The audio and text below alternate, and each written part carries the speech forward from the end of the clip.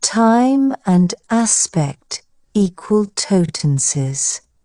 Time equal to when the action happens, past, present, future. Aspect equal to details how the action happens, simple, continuous, perfect, perfect continuous. Combine time and aspect to form the 12 English tenses. By understanding time and aspect, learners can confidently describe all types of actions using the 12 English tenses. 1. Pastime, time, aspect, tense, past, simple, past, simple tense, past, continuous, past continuous tense, past, perfect, past, perfect tense, past, perfect continuous, past perfect continuous tense. 2.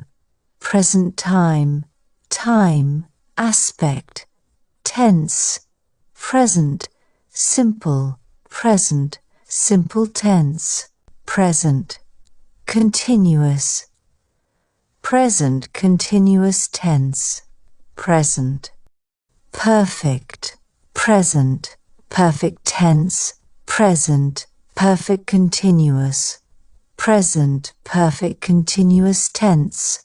3. Future time, time, aspect, tense, future, simple, future, simple tense, future, continuous, future, continuous tense, future, perfect, future perfect tense, future, perfect, continuous, future perfect continuous tense.